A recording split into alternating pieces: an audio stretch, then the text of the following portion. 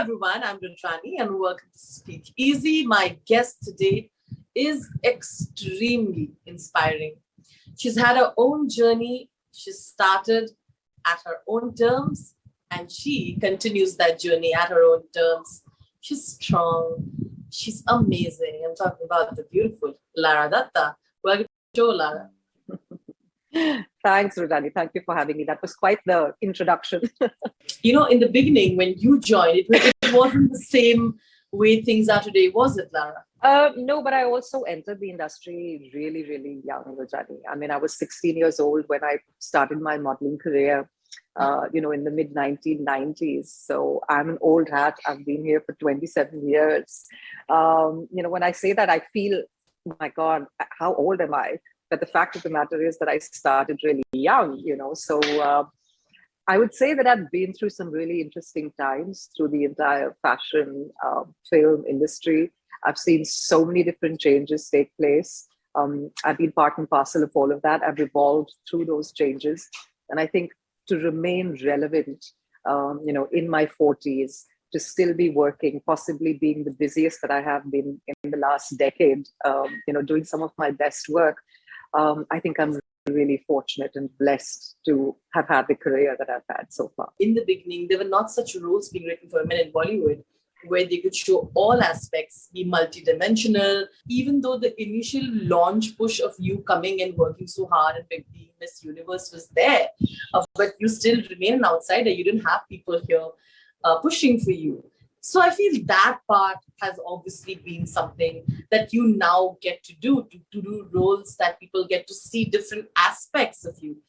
Tell me your thoughts on this analysis. I think I came into the industry where the industry was still run by this very formula, sort of way to make films. So it was the big hero, then you cast, this very stereotypical villain opposite the hero. And then, of course, you had, a young actress who was either playing the love interest, the girlfriend or the wife, or, and they were very formula-driven films. So there was very little in terms of being able to perform within those formula films. So yes, I did do a lot of, purely commercial films through my career, but very rarely did the women have an opportunity to kind of, really perform or flex any kind of acting skills. I still remember that I would go in for narrations and the narration used to be, "Acha, is film mein na aapke 4 gaane hain aur 5 bahut hi badhiya scene hai." And I was like, okay. और इसमें ना आप western कपड़े पहनेंगे और हम बहुत ही stylise करेंगे, मनीष मल्होत्रा जी स्टाइलिस्ट रहेंगे, so you were kind of made to believe that yes, you would be presented, fabulously well. You'd be presented like an A-list heroine. You would dance along to 4 songs on which you'd later do shows and make your money on, but you'd get paid peanuts for the film, and that would pretty much be the end all and be all of your role. So I think, like I said, that I went through various different phases of the industry. When I came in, you still had the good old school secretary, who used to go out there and find you work. Then of course the agencies came in and the agencies took over. And today you have international agencies that are representing Indian artists here and overseas. So there's a lot that's changed. But I think with the advent of, OTT platforms within the country, the entire landscape of content that was being made completely changed, because finally people got an opportunity where every single cohort, every part of the audience was addressed. You weren't catering just to the masses, or you weren't making just an arty film. You were making content across the board, different genres, and allowed people to pick and choose what it is that they wanted to watch. So I think for me, being an actor that made that jump pretty early on with the advent of OTT, I was one of the first purely commercial actors to make that crossover,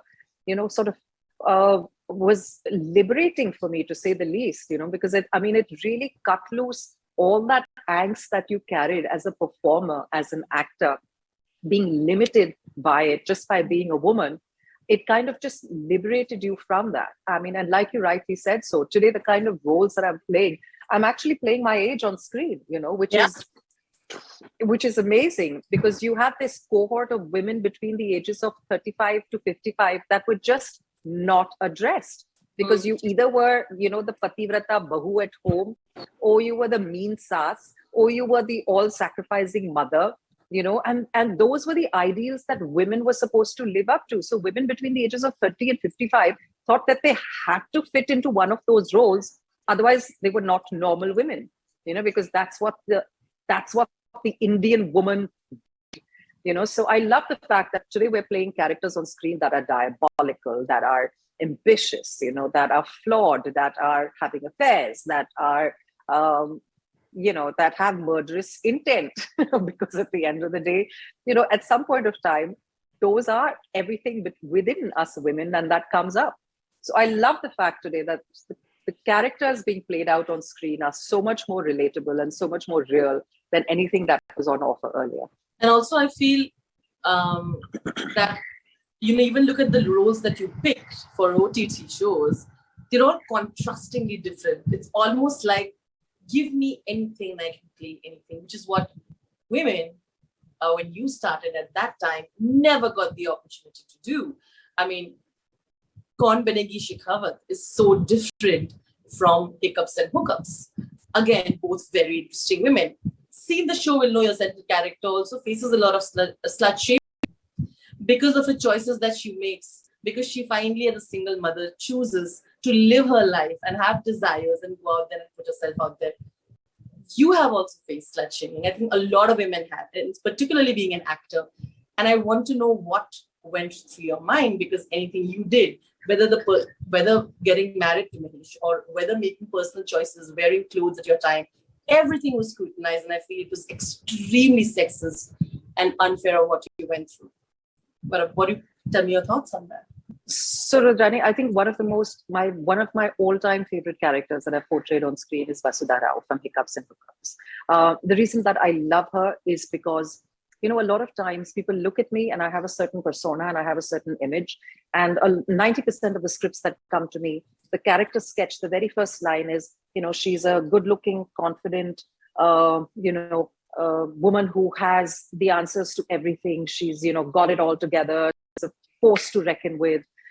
And all that's very well. But I love the fact that I'm allowed to play Vasudha on screen, and Vasudha is in her 40s, clueless, terrified, vulnerable, and doesn't have all the answers at all to life. Like I said in the beginning, you're inspiring in many ways, Lara. Of course, the fact that winning the pageant, you went out and you coached, you continue to do that, and to create more confident women and ask them to believe in themselves, which takes me back to also, you've always, lifted the women around you.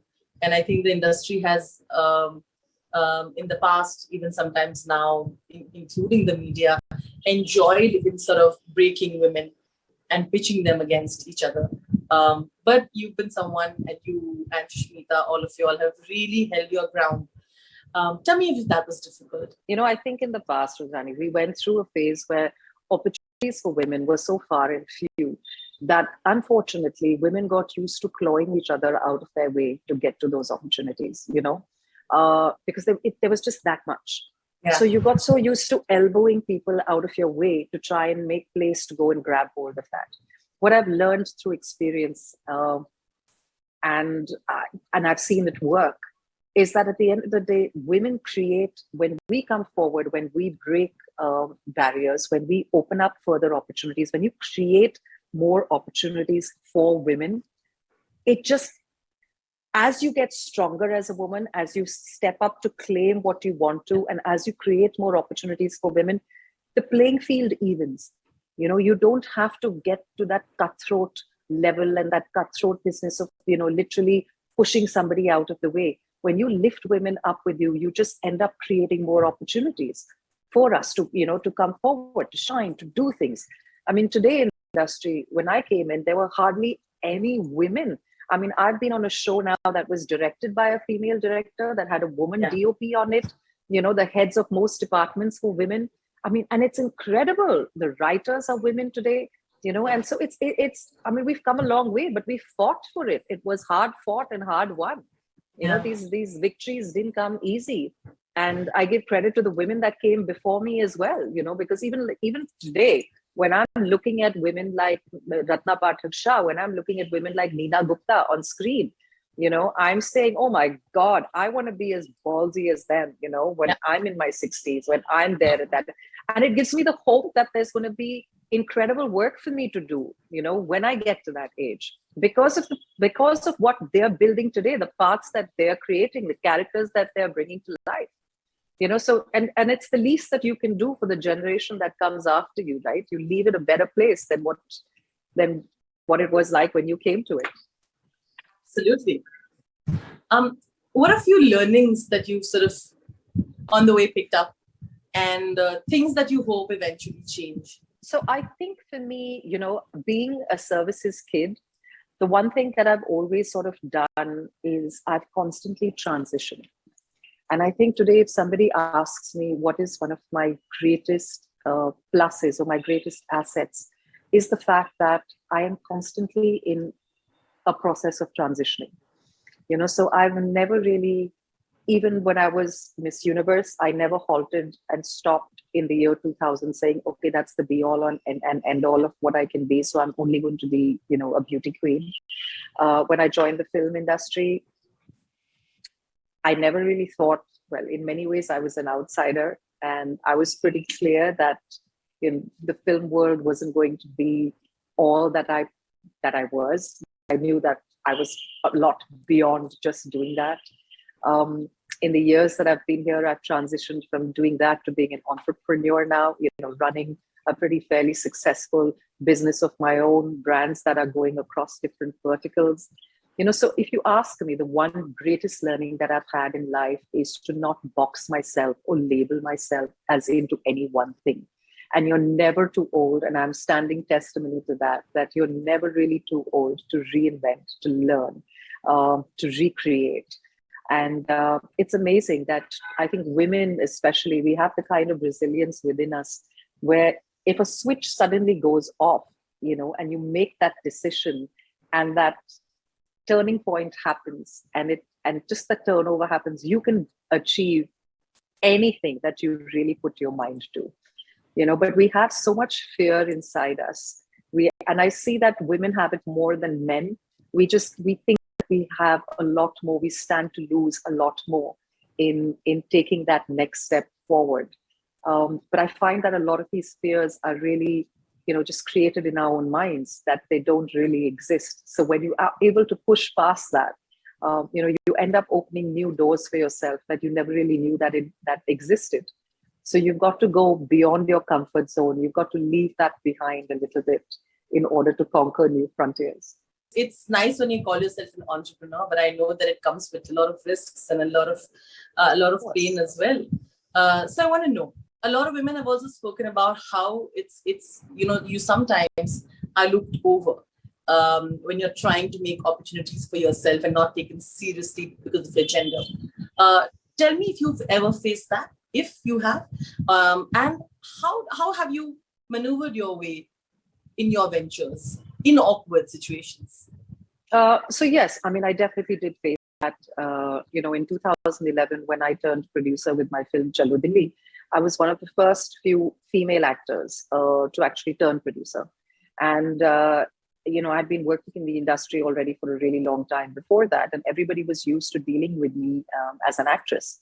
And a lot of the producers that I worked with, a lot of the distributors that I worked with, a lot of they were more than happy to talk to me on the creative side of things, but they were constantly looking over my shoulder to see whether there was a man sitting, who's going to be talking about the business end of things. And I was like, I'm sorry, that conversation is still going to have to happen, between the two of us. And I found that it made men very uncomfortable. It made them very uncomfortable to have that conversation with a woman. And it's quite possibly because they didn't think that, you might be well versed enough, or you didn't know the ropes, or that you weren't qualified enough to have those kind of conversations.